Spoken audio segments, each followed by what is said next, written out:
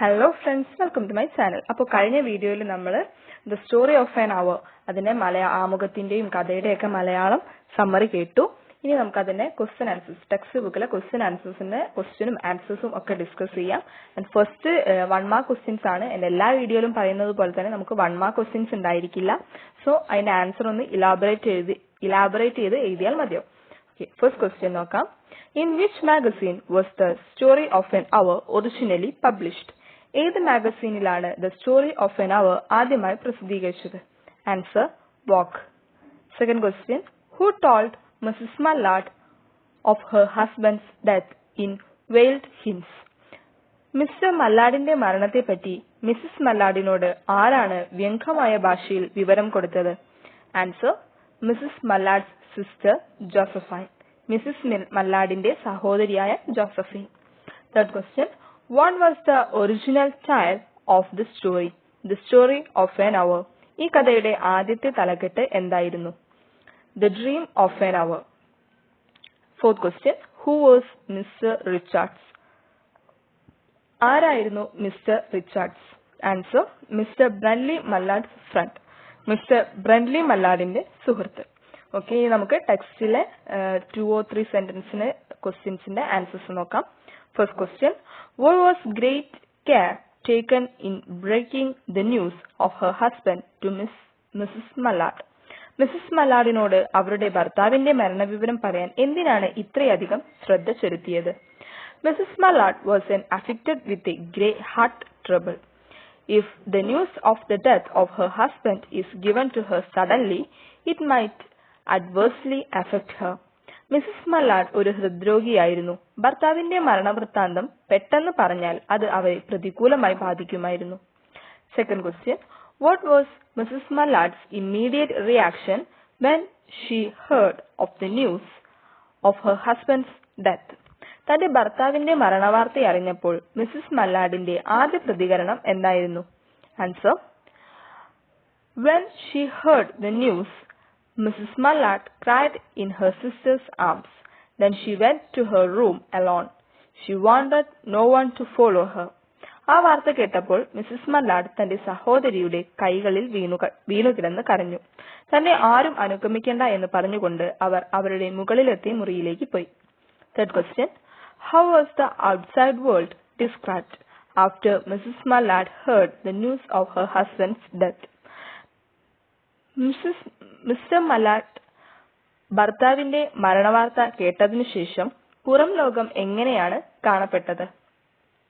In the open square before Mrs. Mallard's house, the top of the trees were aqua with the new spring of life. The delicious breath of rain was in the air. In the street below, a peddler was crying his wares. Somebody was singing in the distance and countless sparrows were twittering in the eaves.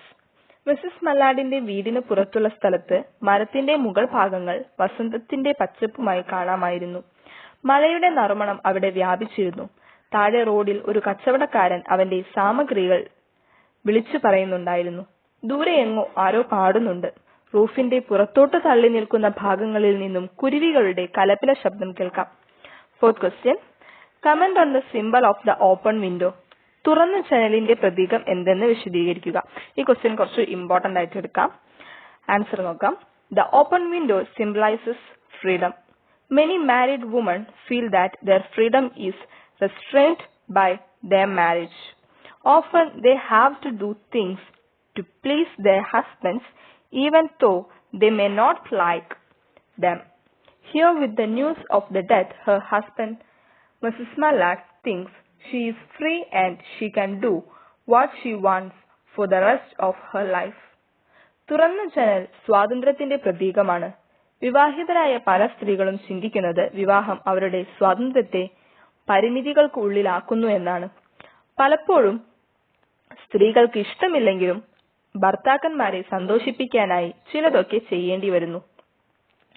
ഇവിടെ തന്റെ ഭർത്താവിന്റെ മരണവാർത്ത കേട്ടപ്പോൾ Mrs മല്ലാഡ് ചിന്തിച്ചത് തന്റെ ബാക്കിയുള്ള ജീവിതം സ്വതന്ത്രമായി തന്റെ ഇഷ്ടത്തിന് ജീവിക്കാമല്ലോ എന്നാണ്. Fifth question. Which were the words whispered by her when she sat herself? അവർ ഒറ്റയ്ക്കിരുന്നപ്പോൾ ഏതു വാക്കുകളാണ് അവർ സ്വയം പറഞ്ഞത്? Answer. The words whispered by her when she sat herself were free, free, free, and then free. Body and soul free.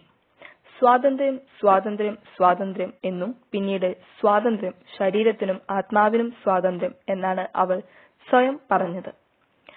Sixth question. How did Brindley Mallard escape the railroad accident? എങ്ങനെയാണ് railway അപകടത്തിൽ നിന്നും ബ്രണ്ട്ലി mallard രക്ഷപ്പെട്ടത്? Answer. He was far away from the scene of the accident and did not even know there had been one. അദ്ദേഹം അപകടസ്ഥലത്തു നിന്നും വളരെ ദൂരെയായിരുന്നു. അപകടത്തെ പറ്റി അദ്ദേഹം കേട്ടിട്ട് പോലുമില്ലായിരുന്നു. Seventh question. What is the climax of the story of an hour? The story of an hour എന്നതിന്റെ അവസാനം എങ്ങനെയാണ്? Answer. The climax is Brindley Mallard opening the door with a latch key and entering the house, and on seeing him, Mrs. Mallard getting a heart attack and dying on the spot. ഇതിന്റെ അവസാനം ബ്രണ്ട്ലി mallard താക്കോൽ ഉപയോഗിച്ച് വാതിൽ തുറന്ന് വീട്ടിലേക്ക് വരുന്നതും മരിച്ചു എന്ന് വിചാരിച്ചിരുന്ന അയാളെ കണ്ടപ്പോൾ മിസസ് മല്ലാർഡ് ഹൃദയസ്തംഭനം മൂലം തൽക്ഷണം മരിക്കുന്നതുമാണ്. And eighth and the last question. Explain. She had died of heart disease, of joy that kills. വിശദീകരിക്കുക. അവർ ഹൃദയത്തിന്റെ അസുഖം മൂലം മരിച്ചു. സന്തോഷം ചിലപ്പോൾ കൊല്ലും. ഇതും കുറച്ച് ഇമ്പോർട്ടന്റ് ആയിട്ട് എടുക്കാം. നമുക്ക് ആൻസർ നോക്കാം. When she heard the news of her husband's death, Mrs. Mallard was happy because she thought she could live the rest of her life quite freely without any interference from Mr. Brindley Mallard. But then suddenly all her dreams collapse as Brindley enters the house. This was too much for her and she dies of a heart attack. It was not the joy that killed her, but her despair as her dreams were shattered with the return of her supposedly dead husband. തന്റെ ഭർത്താവിന്റെ മരണവാർത്ത അറിഞ്ഞപ്പോൾ ആദ്യം ഒന്ന് കരഞ്ഞെങ്കിലും Mises മല്ലാർഡിന് സന്തോഷമായിരുന്നു. ബാക്കിയുള്ള ജീവിതം സ്വതന്ത്രമായി തന്റെ ഇഷ്ടാനുസരണം ജീവിക്കാമല്ലോ എന്ന് അവർ സ്വപ്നം കണ്ടു. ബ്രണ്ട്ലി തിരിച്ചു വന്നപ്പോൾ അവളുടെ സ്വപ്നങ്ങൾ തകർന്നു. അവർക്ക് താങ്ങാവുന്നതിലും കൂടുതലുള്ള ഒരു ആഘാതമായിരുന്നു അത്. ആ സംഭവം ഹൃദയസ്തംഭനത്തിൽ കലാശിക്കുന്നു. ശരിക്കും പറഞ്ഞാൽ സന്തോഷമല്ല, മറിച്ച് മരിച്ചെന്ന് കരുതിയ ഭർത്താവ് തിരികെ വന്നതിലുള്ള നിരാശയാണ് അവർക്ക് വിനയായത്. ഓക്കെ ഫ്രണ്ട്സ്, അപ്പൊ നമ്മൾ ഷോർട്ട് ആൻസർ, ക്വസ്റ്റ്യൻ ആൻസേഴ്സ് ഒക്കെ കംപ്ലീറ്റ് ചെയ്തു.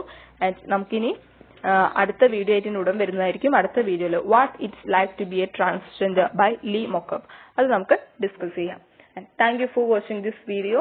അപ്പൊ വീഡിയോ ഇഷ്ടപ്പെട്ടാൽ ലൈക്ക് ചെയ്യണം, ഷെയർ ചെയ്യണം. ചാനൽ ആദ്യമായിട്ടാണ് കാണുന്നതെങ്കിൽ സബ്സ്ക്രൈബ് ചെയ്യണം. Thank you for watching.